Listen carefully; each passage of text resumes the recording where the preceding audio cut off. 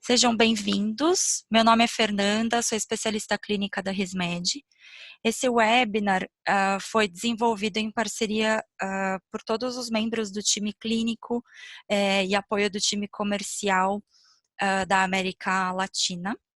E, na verdade, traz um pouco das respostas para vários questionamentos que nós tivemos ao longo dessa trajetória da pandemia por Covid-19, por parte dos nossos clientes e também outras dúvidas que foram levantadas até pelos próprios pacientes nos nossos canais de contato direto. Então, a gente espera conseguir auxiliá-los nesse processo com as principais recomendações que estiveram disponíveis até o início deste mês, e seguimos com o compromisso de atualizar essas evidências à medida que novas orientações forem surgindo.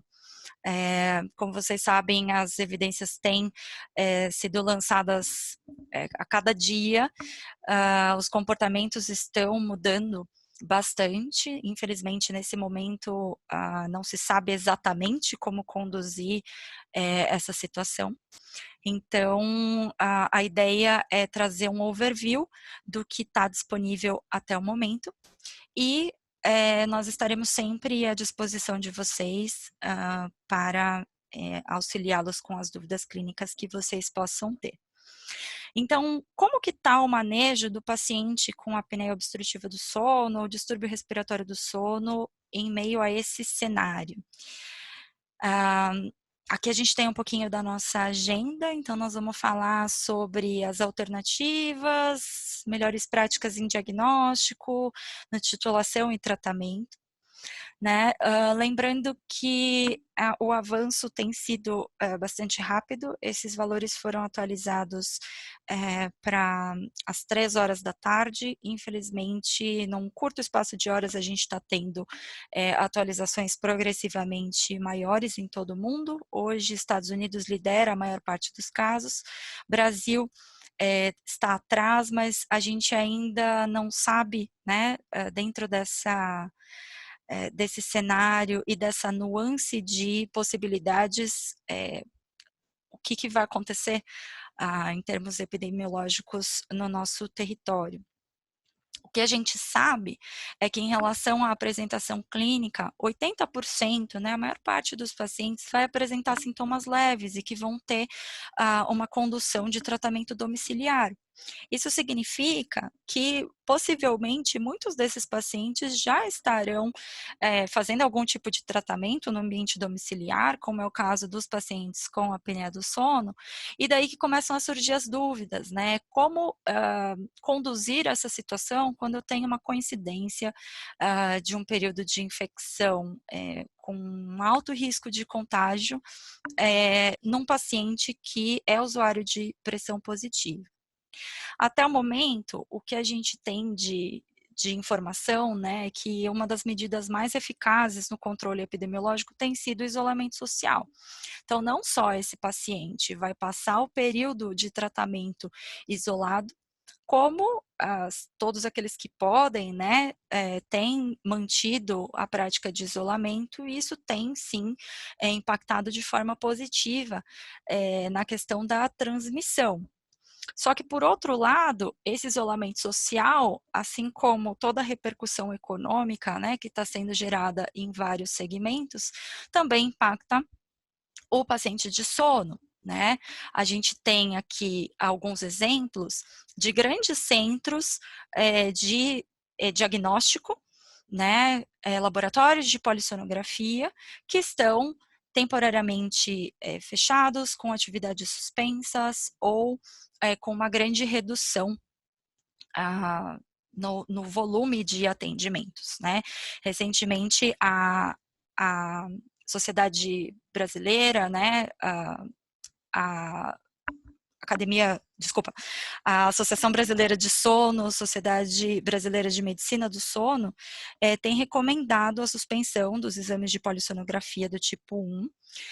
O último comunicado que foi lançado foi no dia 31 de março, pelos próximos 15 dias, mas, ao que tudo indica, né, pelo menos aqui no estado de São Paulo, onde, por uma determinação do governo, esse período vai se estender, a gente ainda não sabe por quanto tempo isso vai impactar a nossa capacidade de diagnosticar pacientes com sono. E o que a gente tem que lembrar é que esse cenário atual é muito preocupante em relação à Covid, mas existem outras condições, outras patologias que seguem em paralelo, continuam acontecendo, né, não só aqui no Brasil, mas no mundo todo, e que a apneia obstrutiva do sono, ela tem uma prevalência extremamente alta. Aqui no Brasil, né, uma expectativa de que 25 milhões de brasileiros tenham necessidade de tratamento com IAH acima de 15. Então, o que a gente vai fazer com esses pacientes, né? Como conduzir essa situação e principalmente naqueles casos mais graves, aonde o acompanhamento, o tratamento são mais emergentes, mais emergenciais. A Sleep Foundation, inclusive, ressalta, né, a importância do sono durante o cenário da pandemia. A gente sabe que tem estudos que demonstram uma associação do sono com o sistema imunológico, com a função imunológica do indivíduo. Ou seja, aquele paciente que tem uma condição ruim de sono, ele pode estar mais suscetível não só a alguns tipos de resposta, como também, por exemplo, tem estudo mostrando que a efetividade de algumas vacinas pode ficar reduzida. Então, é claro que são cuidados, né? Mas quando a gente fala sobre aqueles cuidados, a gente vê muito se prezando a alimentação saudável nesse momento, né? Tentar manter a imunidade em dia, a gente também não pode desconsiderar a função que o sono tem sobre o sistema imunológico. Então, o que as guias atuais têm recomendado para o diagnóstico nesse momento? A prioridade sempre serão os pacientes mais graves, tá? Quem são os pacientes graves? Aqueles que têm histórico de acidente por conta de sonolência ou que praticam atividades laborais de alto risco. E nesse cenário, a gente tem que considerar que ainda existe uma parcela ativa, né? Que, por exemplo, na indústria alimentícia, e certos segmentos que estão ainda trabalhando, né, estão desenvolvendo atividades laborais, e também aqueles pacientes que têm um risco para complicações cardiopulmonares. Se você trabalha em laboratório, se você está prestes a receber um paciente, as recomendações são que você confirme ao máximo a, a probabilidade de esse paciente estar com algum tipo de sintoma, né, sendo que a gente sabe que a fase de maior contágio é quando o paciente, de fato, manifesta sintomas, embora isso não seja uma regra, pode haver uma contaminação prévia ao desenvolvimento de sintomas ou até em pacientes que evoluem assintomáticos. Então, antes de ter qualquer tipo de contato com o paciente, é importante fazer uma ligação telefônica, uma confirmação de como que está o estado de saúde desse paciente, para que você possa minimizar o seu risco de exposição. Os cuidados de proteção vão ter uma recomendação padrão para qualquer profissional, então seja recepcionista, seja algum outro profissional que não seja necessariamente o profissional que vai conduzir o exame ou que seja da saúde, com luvas de procedimento, avental impermeável, óculos ou protetor facial, escudo facial e máscara cirúrgica. Né? Não é necessário para esse tipo de procedimento, para esse tipo de profissional que vai ter um contato sem um procedimento com risco de dispersão de gotículas, que haja uma precaução adicional. A questão da higienização, ela é super importante não só para o profissional, com a questão da higienização das mãos, mas também do ambiente. Então, todo o ambiente que recebe esses pacientes, ele precisa manter o ritmo de higienização de superfícies e, sobretudo, do leito onde esse paciente vai ser recebido. O tipo 1 e o tipo 2 já incluem algum tipo de interação entre o profissional e o paciente. Então, para esses profissionais, se recomenda a substituição da máscara cirúrgica por uma máscara N95, que daí caracteriza a precaução para aerossóis. Tá? Sendo que o tipo 2, ele pode ser até utilizado no domicílio e, se possível, você dispensar a supervisão desse exame, fazendo um exame completo, porém com uma rotina, como se fosse um exame domiciliar não supervisionado. Sobre os exames de split night, já existe um risco de dispersão maior, porque o paciente vai estar usando o CPAP naquele ambiente e com o contato de um profissional. Então, esse tipo de exame deve ser limitado, né, sempre que possível, suspenso, e para qualquer tipo de procedimento que ocorra naquele ambiente, entre cada paciente deve haver uma limpeza terminal adequada de todas as superfícies e uma ventilação do ambiente. Então, a gente sabe que a ventilação do ambiente é uma das formas mais eficazes de você eliminar partículas que estejam em suspensão.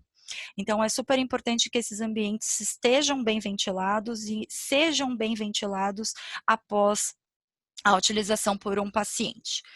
A limpeza do equipamento, a maioria das guias recomenda que seja feita de acordo com as orientações do fabricante. Isso vai de acordo também com as recomendações do Ministério da Saúde e da Organização Mundial de Saúde. Tá? E sempre que possível, você deve privilegiar o uso de materiais descartáveis para evitar essas rotinas de manuseio de materiais potencialmente contaminados. Agora, em relação ao exame domiciliar, nesse momento, encontra-se priorizado em relação aos exames de tipo 1 ou tipo 2 supervisionado. Tá? Então, recomenda-se que todos os pacientes que tiverem condições de realizar o exame em domicílio sejam priorizados para esse tipo de método. Se o paciente pertencer ao grupo de risco por conta de comorbidades ou da própria idade, o recolhimento do equipamento pode ser feito por um terceiro, um familiar, uma pessoa que não tenha risco para sair do isolamento social e, de repente, buscar esse equipamento. Mas também a gente pode contar com opções de delivery, né? Ou até drive-thru, como alguns locais têm feito para entrega de equipamentos. A cânula nasal, que é um material descartável, seria o material com maior potencial de contaminação. Então, a orientação é que o paciente já descarte no próprio domicílio. Lembrando que, por ser um material com risco de contaminação, o descarte recomendado seria numa embalagem plástica, né, de forma que outras pessoas também não entrem em contato com aquele material. Porque a gente não sabe nesse momento, né, se esse paciente ele pode estar com uma apresentação subclínica ou mesmo assintomático, mas ter algum tipo de potencial de contaminação. Para o recolhimento do equipamento, a entrega, deve ser feita em uma bolsa ou uma caixa fechada higienizável, para minimizar também o risco de exposição ao profissional, e todo o procedimento de limpeza ser feito antes de manipular o equipamento para fazer, por exemplo, o download do exame, né, mantendo precauções de contato com luva, porque a gente vai tratar todo o material como um material potencialmente contaminado. Manter a higienização dos componentes conforme a recomendação do fabricante, e daí vale a gente ressaltar que o ideal é que você trabalhe com materiais que tenham capacidade de ser higienizados. Existem alguns equipamentos que trabalham com cintas que não podem ser lavadas, não podem ser adequadamente higienizadas, e daí a prioridade para esse tipo de material também deve ser evitada. Uma das coisas que eu gostaria de lembrar, né, em relação, por exemplo, ao sistema de diagnóstico pelo AirView, é que você consegue criar diferentes utilizadores para fazer tanto o upload do exame, quanto para fazer a interpretação e a emissão dos laudos. E isso permite que você trabalhe de qualquer lugar, então você não precisa ter o software instalado na máquina, você pode, por exemplo, fazer o upload de um lugar, né, e o laudo de outro lugar. Então, no momento, é uma ferramenta que permite uma certa flexibilidade para que o próprio médico trabalhe em casa, né, ou uma dinâmica mais favorável a evitar o deslocamento pelos profissionais que também vão estar trabalhando nos bastidores desse exame, né, não só o isolamento do paciente. Em relação à titulação de CPAP, então a recomendação é que se evite realizar o procedimento dentro do laboratório de sono. A gente sabe que o uso de pressão positiva é um facilitador à dispersão de gotículas, então você teria ali um risco potencial de contaminação da sua equipe e do próprio ambiente, que nesse momento deveria ser evitado, substituindo a titulação de laboratório por uma titulação domiciliar, por exemplo, remota, utilizando um equipamento automático. Se for necessário algum contato com o paciente, é importante lembrar que qualquer demonstração deve ser feita com a máscara, com o sistema de pressão desligado, né? Então, evitem adaptar a máscara no paciente com o CPAP ligado para demonstração, ou então fazer qualquer tipo de manipulação que possa facilitar a transmissão de aerossóis. E, claro, que se houver contato com o paciente, a recomendação é que seja feito com a proteção, os equipamentos de proteção individual adequados. No caso de equipamentos de titulação, muitas vezes o paciente ainda não teve aquisição do próprio equipamento para que você conduza uma titulação num equipamento de uso individual. Então, qual que seria a melhor recomendação? Utilizar um filtro antibacteriano, que vai ter um elemento de filtragem biológica para evitar a contaminação cruzada desse paciente para o equipamento. O risco em equipamentos de CPAP é sempre baixo, porque você tem um porto expiratório, por onde vai sair a maior parte do ar expirado, e você tem um fluxo que vai ser no sentido contrário. Porém, essa seria a recomendação de maior prudência, né? Você fazer a proteção com o filtro antibacteriano, e como ele pode impor uma resistência ao filtro, por exemplo, nos nossos equipamentos, no menu clínico, vocês vão encontrar a opção de ativar a adaptação de um filtro AB, que é o filtro antibacteriano. E isso vai indicar ao equipamento que você está usando um elemento aqui para que ele compense isso e garanta a terapia mais adequada. Tá? Uma outra coisa importante de lembrar é que os nossos equipamentos têm um umidificador acoplado. E se você usar a umidificação ao mesmo tempo que o filtro, todo esse vapor vai ficar retido no filtro e vai aumentar a resistência da passagem do fluxo aéreo, podendo comprometer a terapia do paciente. Então, sempre que se usa o filtro, né, o ideal é que o umidificador esteja desligado. Como a gente já mencionou, né, o fluxo que vem do equipamento de pressão positiva tem esse potencial de disseminação de gotículas, sobretudo quando você usa, por exemplo, uma máscara ventilada ou quando você tem vazamento, porque daí você tem um escape aéreo do ar que está sendo expirado pelo paciente para o ambiente. E se você utiliza a umidificação, você ainda tem a facilidade de promover gotículas que vão ser carregadores desse vírus para o ambiente. Então, se o seu paciente, seja na terapia, né, no caso da titulação, se o paciente está com suspeita, o ideal seria aguardar para o momento ideal da titulação, né, não seria conduzir a titulação num paciente que esteja sintomático. Mas, muitas vezes, isso pode acontecer no paciente que já está em terapia, né? Eu tenho um paciente que é usuário de CPAP e ele ou está com algum tipo de sintoma, né, com alguma preocupação, se ele pode ou não estar disseminando essas gotículas para o ambiente. Então, em caso de suspeita, ou até de forma preventiva, as recomendações dizem que o ideal seria desligar a umidificação. Então, se o paciente tolera, você diminuir né, o potencial de disseminação de gotículas desligando o umidificador, e aí eu recordo a todos que os nossos equipamentos, embora tenham ali o umidificador associado, eles são seguros para serem utilizados sem água. Você pode desligar a função de umidificação e manter aqui, né, quando você calibra de 1 a 8, você também tem a opção off, né, desligado, para que você mantenha ali até o umidificador conectado ao produto, ao equipamento, mas sem gerar esse risco de contágio para quem está à volta do paciente. E o ideal também é que você deixe esse umidificador vazio, porque mesmo que o umidificador não esteja ligado e produzindo vapor d'água, a passagem do ar ali, do fluxo pela água, pode carregar algum tipo de gotícula. Esse paciente que está com suspeita, ele vai continuar o tratamento ou não? As recomendações são que cada caso seja avaliado individualmente.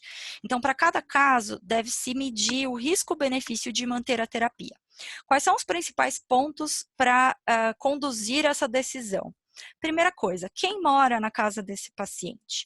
Né? Esse paciente mora com pessoas vulneráveis que estão no grupo de risco para COVID e que podem estar sob um altíssimo risco de contágio se você manter um paciente com pressão positiva naquele ambiente?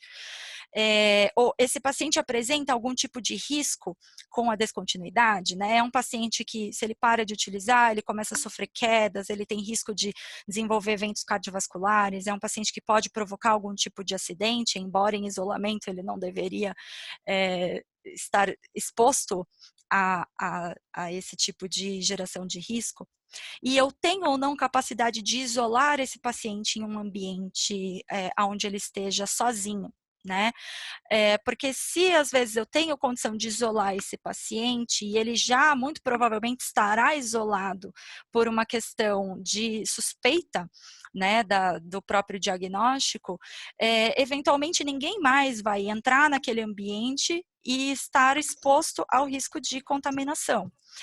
Lembrando que não só é importante a questão de manter o isolamento, mas também de higienizar adequadamente esse ambiente e minimizar o risco de transmissão por contágio.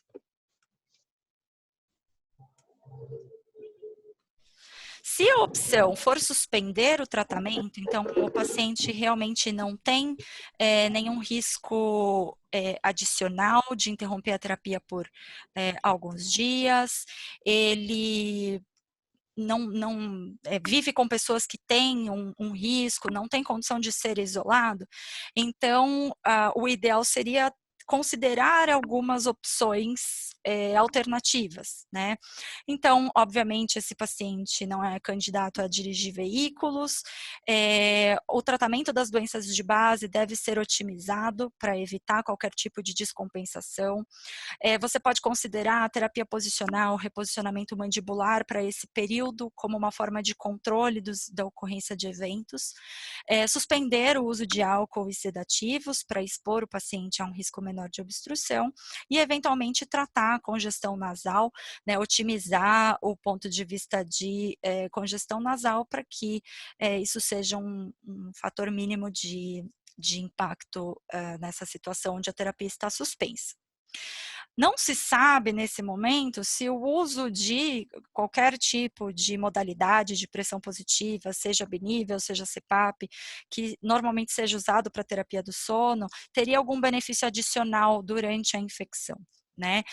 Em princípio, a gente vai partir do pressuposto de que qualquer paciente que esteja em ambiente domiciliar, ele vai estar estável, ele não vai estar manifestando nenhum tipo de sinal de desconforto respiratório para depender de pressão positiva, pois, do contrário, o manejo recomendado seria em ambiente hospitalar. Mas, numa situação onde eventualmente você vai manter a terapia desse paciente, né? Às vezes ele é um overlap que também precisa daqueles períodos basais de pressão positiva, por conta de um DPOC, ou enfim, né, ele não tem a recomendação de suspensão. Uma outra forma de evitar a disseminação de gotículas poderia fazer a substituição, poderia ser a substituição da interface. Então, você trocar a interface do paciente, que em geral vai ser uma máscara ventilada, por uma oronasal não ventilada, como aqui no exemplo, né, que são essas máscaras que têm o cotovelo azul, né, isso é uma certa padronização, que indica que a máscara ela não tem orifícios de ventilação no próprio corpo. Nessa situação, se você for fazer a adaptação desse paciente no CPAP ou no binível, você vai ter que considerar que o sistema vai ter um outro orifício exalatório. A gente vai mostrar nos próximos slides, mas para fazer a configuração do tipo de máscara que esse paciente está utilizando, esse orifício que vai ser compatível a um porto expiratório anexo ao circuito, vai ser mais parecido com a opção almofadas. Então, se você tiver no nosso equipamento e for utilizar essa combinação de máscara não ventilada com porto expiratório, você pode trocar o tipo de máscara do equipamento para o tipo almofadas. E daí, como é que você vai fazer a proteção do ar expirado pelo paciente? Então, como a gente está num sistema de ramo único, eu não posso simplesmente eliminar o porto expiratório e não dar nenhuma alternativa de saída do ar expirado e do CO2 do paciente do sistema. Então, além do filtro antibacteriano que eu uso lá conectado ao equipamento para evitar a contaminação cruzada, antes da porta expiratória, eu vou adicionar um filtro.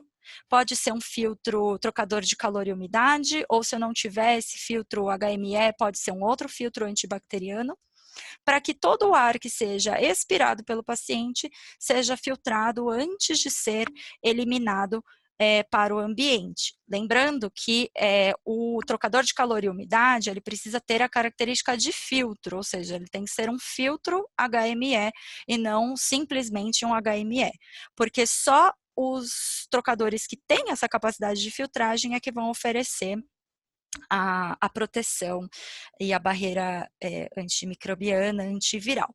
Tá? Então, por que os filtros? Da mesma maneira como a gente usa a máscara N95 para se proteger, na verdade, a gente vai estar tentando eliminar o potencial de contágio do paciente para o equipamento, como nós mencionamos anteriormente, e fazer essa filtragem do ar antes que ele seja eliminado no ambiente. Tá? Um ponto de atenção é que o filtro do equipamento, ele não tem nenhuma capacidade de filtragem biológica, tá? Esse filtro que a gente troca, filtro de ar do CPAP, ele é um filtro que tem uma capacidade de filtragem para partículas bem maiores do que os vírus, né? Ou as bactérias, e eles servem única e exclusivamente para você proteger a turbina, o motor do equipamento da entrada de partículas que possam levar à deterioração do equipamento. Então, é uma proteção do equipamento e não do paciente ou das pessoas que convivem ali com o paciente. Tá? Se você for manter a terapia, é importante reforçar com o paciente as questões de higiene habitual dos materiais respiratórios. Então, a gente sabe que tem muito pacientinho que não limpa a sua máscara, não limpa o circuito com a frequência devida. Esse é um momento de grande atenção para isso, né? São materiais com alto potencial de estarem ali carregados de partículas e contaminados. Então, a recomendação é que você faça a higiene de acordo com a recomendação do fabricante. Felizmente, o vírus não é um vírus de difícil inativação. A gente resolve lavando a mão com água e sabão, então a mesma higiene com água, sabão da máscara, do circuito, ela pode ser mantida. Tá?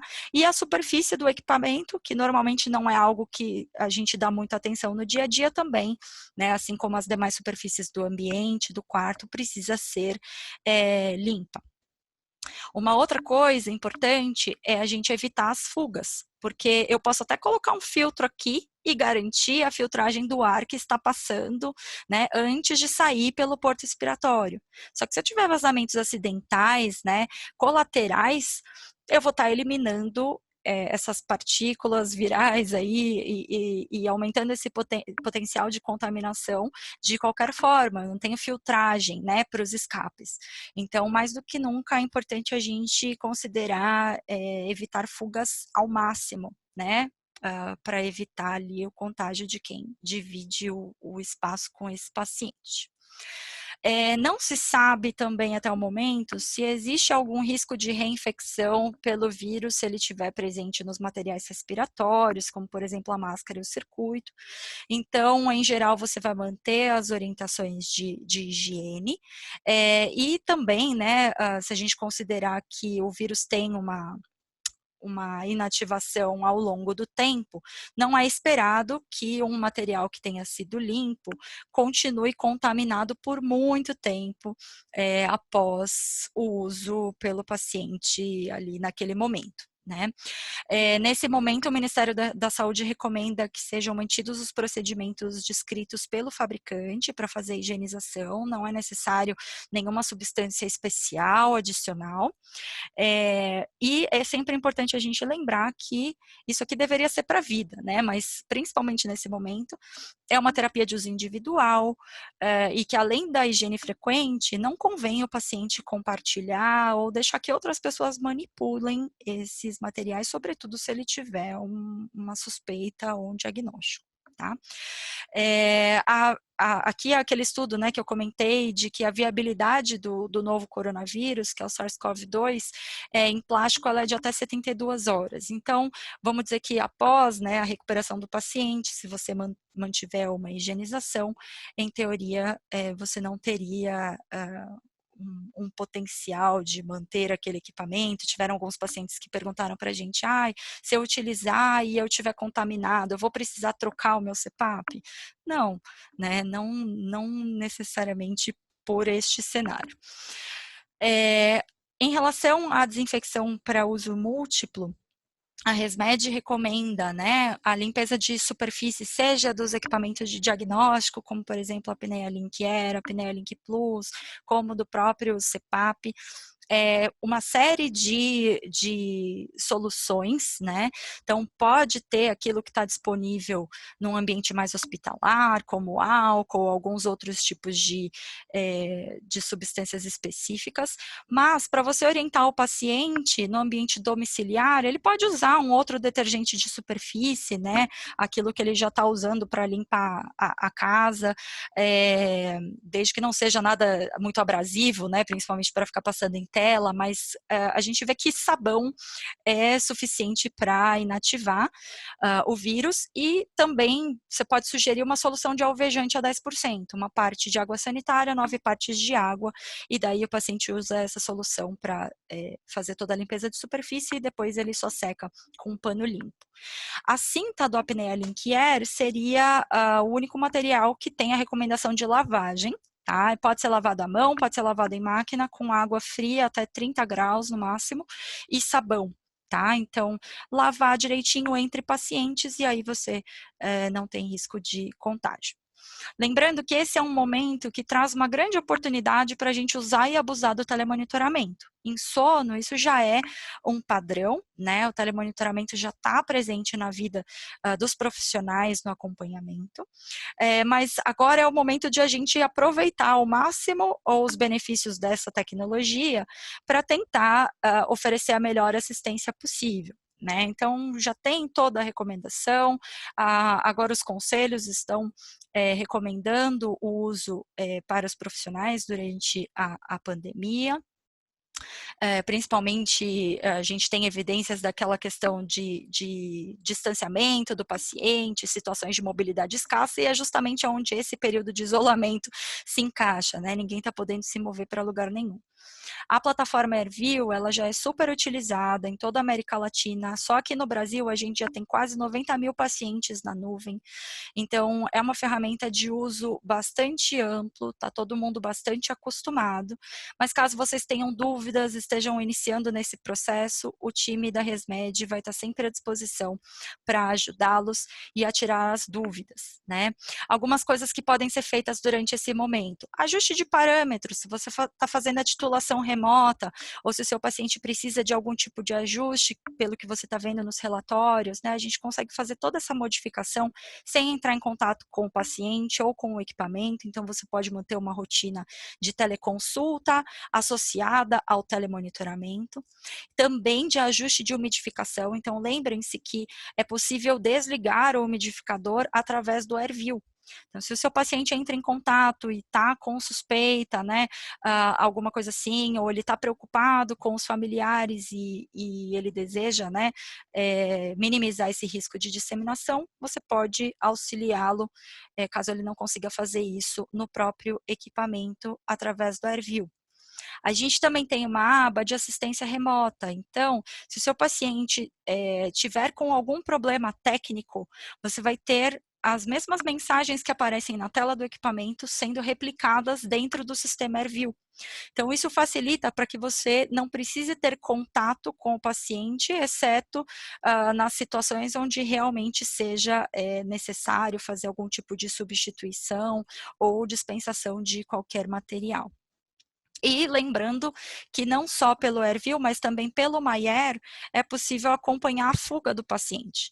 Então, às vezes, o seu cliente pode estar preocupado, né? Seu paciente pode estar preocupado, será que escapou? Será que eu estou colocando os meus familiares em risco? Será que eu estou espalhando vírus ou gotículas por todo o ambiente? Então, ele pode checar após cada noite e você também verificar, né, o risco que ele está tendo de fuga para, de repente, fazer alguma reorientação de adaptação da máscara, além de outros problemas. Tá? Esse é o contato que a gente deixa à disposição para aqueles que tiverem dúvidas, né? Entrem em contato com a gente, se vocês tiverem dúvidas clínicas, a gente está à disposição para o que a gente puder ajudar nesse momento. Além do nosso contato, o nosso aplicativo, o ResMed Catalog, ele tem uma aba exclusiva para materiais sobre a Covid-19. Então, se você ainda não tem, baixa gratuitamente. Lá vocês vão encontrar uma aba sobre Covid, onde vai ter o link para a gravação desses webinars, os materiais em PDF que a gente disponibiliza com o resumo de cada uma dessas aulas, e na agenda do aplicativo vocês também conseguem acompanhar as próximas datas para se inscreverem em webinars que sejam do interesse de vocês. Os links, eles encaminham para a página da ResMed, então se você é usuário do YouTube e quiser se inscrever diretamente, a gente tem um canal, ResMed Latam, onde estão sendo publicadas as gravações de todos esses webinars, a gente está fazendo, né, todo esse ciclo de webinars, então se você quiser recomendar para alguém, né, alguém que tenha dúvidas e queira se informar mais, sempre vai ser possível consultar esses materiais, tá? E eu também gostaria de fazer um convite a todos para um próximo webinar que já está previsto ainda para esse mês, provavelmente as datas serão lançadas para a próxima semana, onde a gente vai discutir modelos de negócio nos tempos atuais de isolamento social. Então, como eu posso manter os meus negócios em sono, como eu consigo otimizar ao máximo a minha parceria com os meus clientes e o meu fluxo de pacientes nessa situação onde, infelizmente, todos nós estamos limitados, né? Seguem as referências também, que embasaram todo o material levantado para esse webinar, e essas referências também estão disponíveis no PDF com a informação resumida. Muito obrigada.